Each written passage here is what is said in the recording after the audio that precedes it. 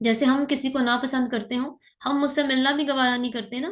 ہمارے گھر وہ آئی تو بہت دور کی بات ہے، ہم تو کہیں باہر بھی اسے ملنا گوارا نہیں کرتے. تو پھر وہ رب جس نے انسان کو پیدا کر کے ہر چیز کو اس کے اختیار میں دے دیا، اسے دونوں رستے بھی دکھا دیے، اللہ تعالیٰ کے احسانات کو دیکھا جائے تو ہم ان کا شمار بھی نہیں کر سکتے. تو پھر وہ کیسے یہ گوارا کر سکتے ہیں کہ ایک ناپسندیدہ شخص کو اپنی خوبصورت سی جنت میں داخل کرتے ہیں جو اس نے نیکوکاروں کے لیے بنائی ہوئی ہے. پھر وہ نا انصافی تو نہیں کر سکتا نا، وہ تو عادل ہے، مقسط ہے.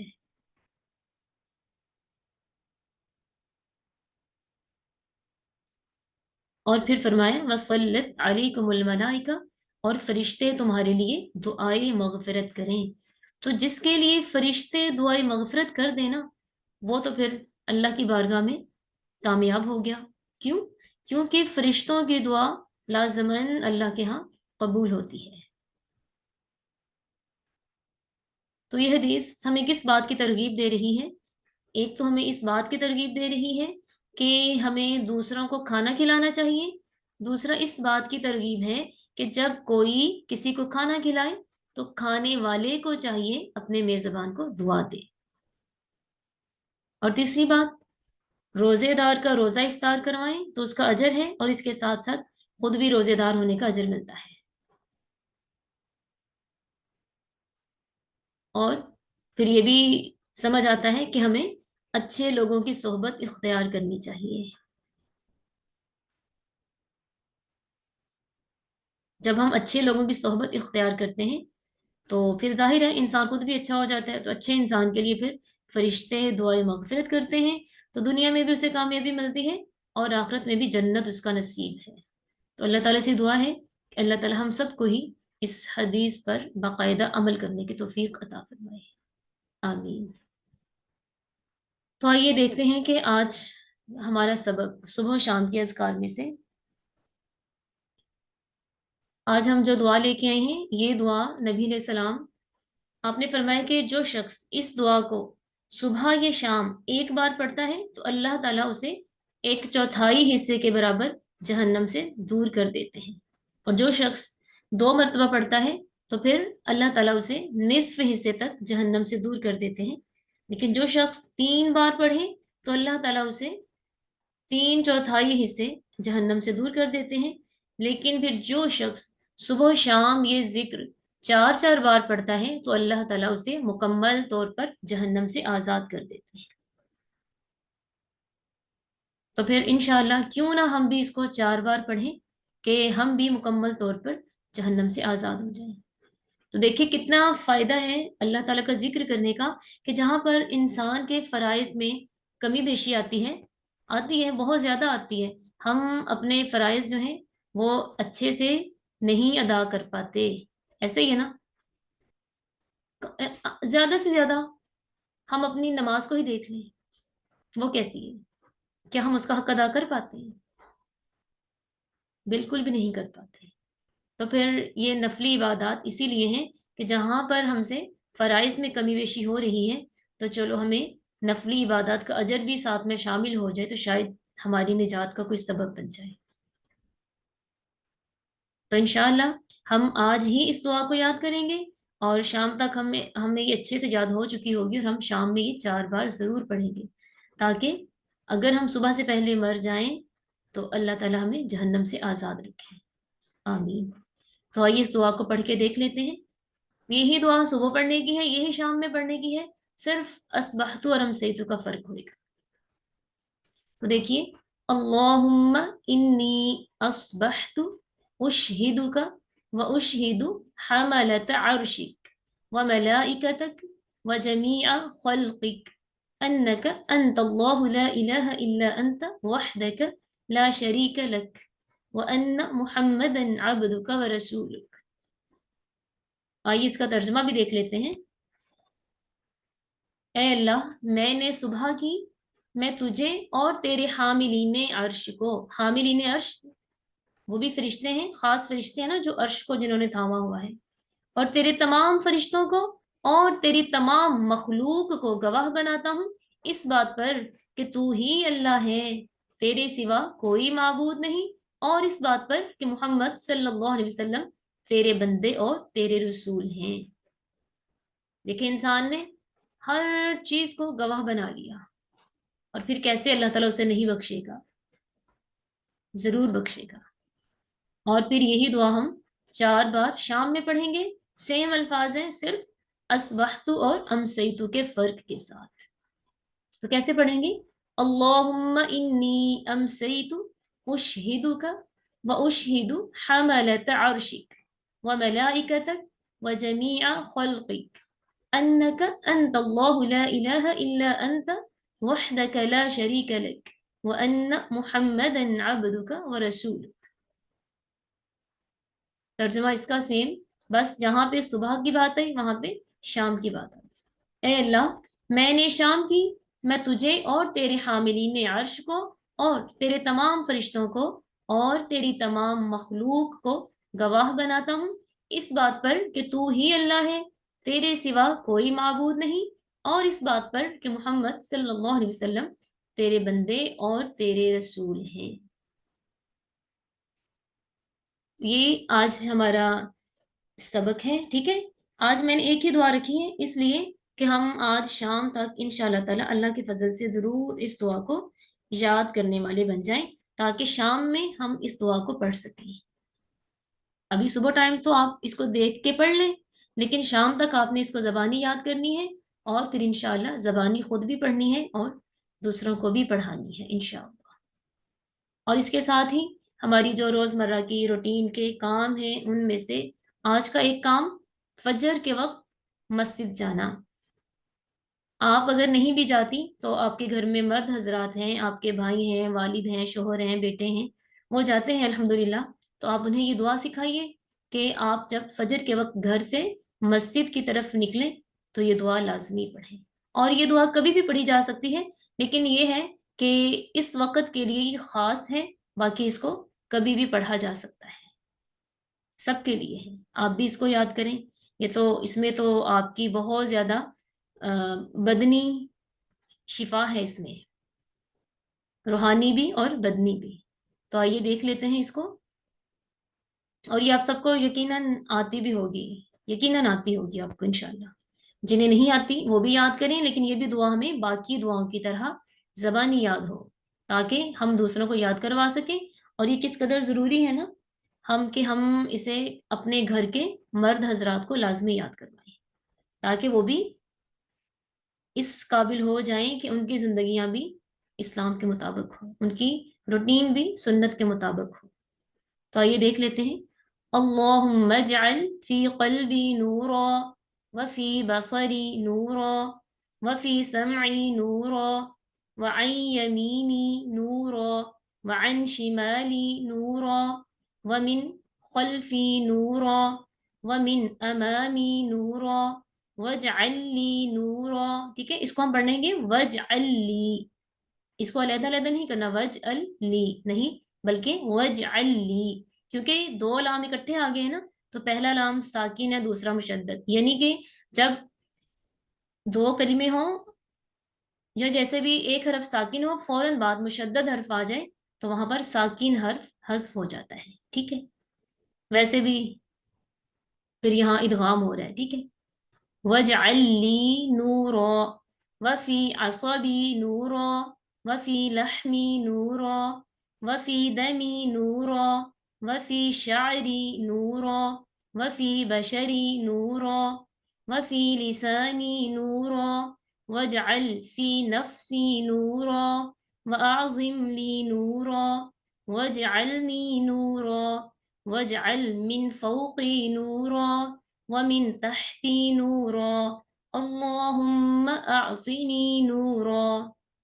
دیکھیں کتنی زبردست دعا ہے، اور انشاءاللہ آپ سب الحمدللہ پڑھی ہوئی ہیں، پڑھ رہی ہیں، تو یہ ترجمہ بھی آپ کو اس کا یاد ہوگا۔ تو الحمدللہ اس میں ہماری پوری بدنی شفا ہے، اس کے ساتھ ساتھ روحانی شفا ہے۔ جب انسان کے دل میں نور اترتا ہے تو ظاہر ہے دل صاف ہوتا ہے، جب دل صاف ہوتا ہے تو انسان کو بہت واضح اسلام کے احکام کی سمجھ آنے لگتی ہے، اور جس کو سمجھ آ جاتی ہے، حقیقتاً جس کو سمجھ آ جاتی ہے، تو اللہ تعالیٰ کی توفیق سے پھر وہ احکام اس کی عملی زندگی کا حصہ خود ہی بن جاتے ہیں جس کو سمجھ آ جائے انشاءاللہ۔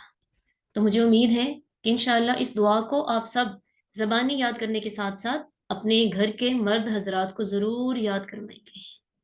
بلکہ رمضان میں تو بعض اوقات خواتین بھی میں نے دیکھا ہے کہ فجر کی نماز بھی مسجد میں جا کے پڑھ لیتی ہیں، تو اگر وہ بھی اس دعا کو پڑھیں اس وقت جاتے وقت تو ان کے لیے بہت اچھا ہوگا انشاءاللہ۔